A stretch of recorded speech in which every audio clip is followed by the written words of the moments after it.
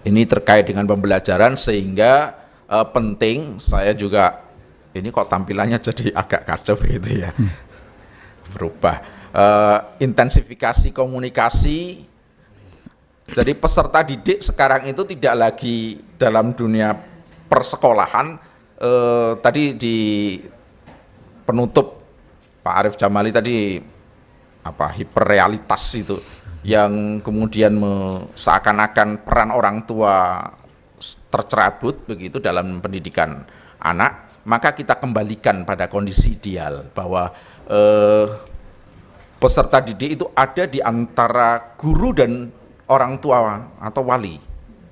Peran guru bagaimana tetap memotivasi belajar, dan saya sampaikan apresiasi yang luar biasa kepada guru-guru Muhammadiyah yang tetap istiqomah menjalankan tugas sebagai pendidik, memotivasi mereka untuk tetap belajar. Ini harus tetap diperankan. Tadi disinggung juga, tidak lagi menjadi satu-satunya sumber belajar di kelas begitu, tapi lebih pada memfasilitasi proses pembelajaran. Ya, tidak kemudian sebagai pusat ya, teacher centered learning, paradigma lama ini betul-betul sudah harus bergeser karena kondisi COVID-19 ini memang satu sisi memberikan hikmah betul bagi dunia pendidikan untuk melihat perubahan paradigma dan mempraktekannya. Kemudian juga penting untuk kreasi dan inovasi guru dalam menyiapkan pendidikan atau pembelajaran online. Memang peran guru tidak tergantikan oleh media, karena tapi terbantukan saja oleh media. Ya, kreativitas guru dalam menyiapkan konten sehingga tidak melulu hanya tadi memberi perintah, gitu kan, bisa bikin video, bisa bikin narasi, animasi dan sebagainya, atau juga sesekali melakukan conference sesuai dengan daya dukung masing-masing. Ini peran dari guru. Kemudian orang tua, wali, peserta didik harus mampu berkolaborasi dengan guru. Nah, di sini pentingnya komunikasi antara guru dengan orang tua. Karena pendidikan ini harus dilakukan adanya dua peran sekaligus antara guru dengan orang tua. Harus bisa berkolaborasi dan sekaligus menjadi punya peran pendampingan terhadap peserta didik. Ini intensifikasi komunikasi juga kami amanahkan kepada para kepala sekolah secara kelembagaan dan kepada semua guru untuk dalam menyampaikan proses pembelajaran nantinya, mengimplementasikan proses pembelajaran online juga tetap menyapa, tetap ada bagian-bagian dari proses pembelajaran itu yang mengharuskan adanya komunikasi siswa dengan orang tua, dan di situ juga guru menyampaikannya kepada orang tua, sehingga betul-betul komunikasi ini bisa intensif ya. Kembali terkait dengan MPLS ada 3 poin saja yang penting saya sampaikan. Masa ta'aruf atau masa pengenalan lingkungan sekolah bagi peserta didik baru dilakukan secara daring. Kalaupun ada sekolah-sekolah yang sebelum tanggal 13 sudah mengundang mengundang orang tua siswa sekaligus dengan peserta didiknya untuk menyampaikan informasi-informasi, ya itu juga anggap saja bagian dari MPLS yang belum terstruktur gitu ya, sosialisasi. Karena kalau langsung daring, ada tetangga saya tanya, kamu diterima di sekolah mana? Sekolah X. Sekolahnya di mana? Nggak tahu, saya hanya tahu namanya. Loh, tempat sekolahnya nggak tahu, apalagi kemudian guru dan detailnya. Kalau kemudian tiba-tiba daring, maka ya ada kreativitas sekolah yang kemudian sudah mengundang ketika orang tua mendaftarkan anaknya secara online itu juga diundang untuk menyampaikan informasi secara langsung dan sebagainya. Tapi tetap Pak Arief harus memperhatikan protokol pencegahan COVID-19. Kemudian fortasi yang ini biasanya kelola bersama IPM itu dapat ditunda pada awal semester genap ya, secara tatap muka jika kondisi sudah dinyatakan memungkinkan. Dan kegiatan MPLS fortasi diselenggarakan oleh sekolah madrasah sesuai dengan pedoman yang dikeluarkan Majelis Dikdasmen BPMDI. Itu materinya apa saja bagi orang tua dan bagi peserta didik. Jadi tidak melupakan ada peran orang tua.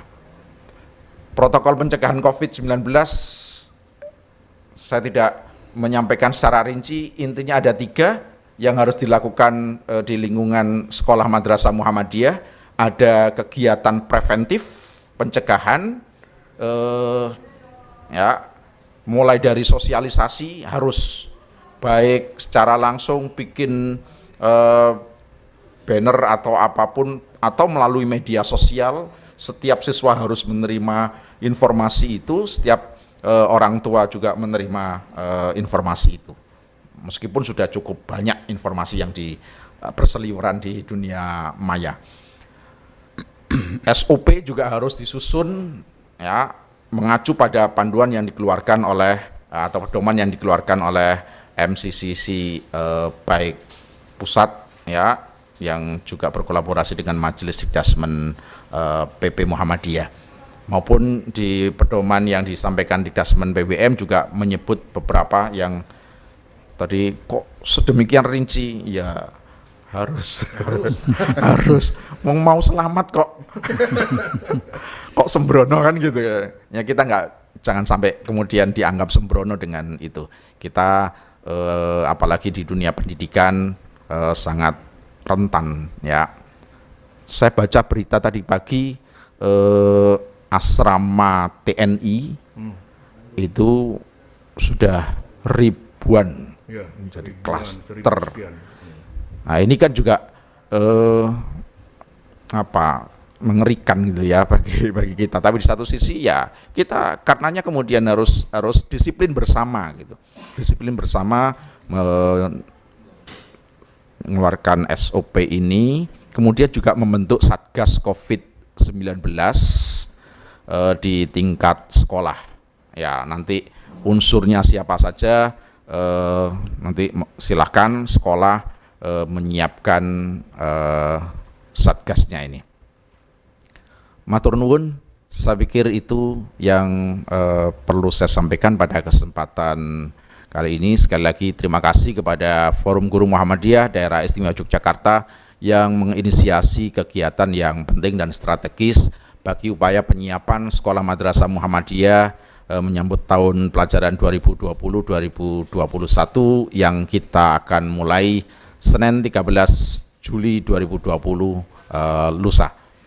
Semoga kita semua tetap diberi kesehatan dan perlindungan Allah Subhanahu wa taala dan bisa terus menjalankan tugas dan amanah kita sebagai pendidik di amal usaha Muhammadiyah baik sekolah maupun madrasah. Kurang lebihnya mohon maaf. Nasrun minallahi wa fathun qarib wa basyiril mu'minin. Assalamualaikum warahmatullahi wabarakatuh. Waalaikumsalam warahmatullahi wabarakatuh. Luar biasa nih kalau pemaparan pengambil kebijakan tuh ya serem. Hati-hati, pelan-pelan menyampaikannya supaya jelas. Karena ini harus tataran implementatifnya tidak boleh salah, kira-kira begitu ya Pak ya. Nah ini kebijakannya sangat menarik tadi, hampir mirip seperti yang disarankan oleh MCCC PP Muhammadiyah yang disampaikan oleh Pak Arief Jamali Muiz, variasi rekayasa pembelajaran. Nah ini menantang para pemangku kepentingan di sekolah, antara lain kepala sekolah, guru dan komite untuk menata ulang manajemen sekolah di masa pandemi COVID ini seperti apa. Terima kasih Pak Ahmad, terima kasih Pak Arief Jamali dan Pak Rusdi Umar. Ini masih ada sesi yang ketiga, nanti kita diskusi bersama-sama. Baik Bapak Ibu peserta webinar FGM Forum Guru Muhammadiyah Daerah Istimewa Yogyakarta, kita telah dengarkan bersama, kita saksikan bersama pemaparan yang luar biasa mulai dari online school, kemudian bagaimana protokol kesehatan COVID-19 versi MCCC Muhammadiyah yang begitu ketat, kemudian diterjemahkan dalam bentuk kebijakan oleh Majelis Dikdasmen Pimpinan Wilayah Muhammadiyah Daerah Istimewa Yogyakarta. Kita break sejenak,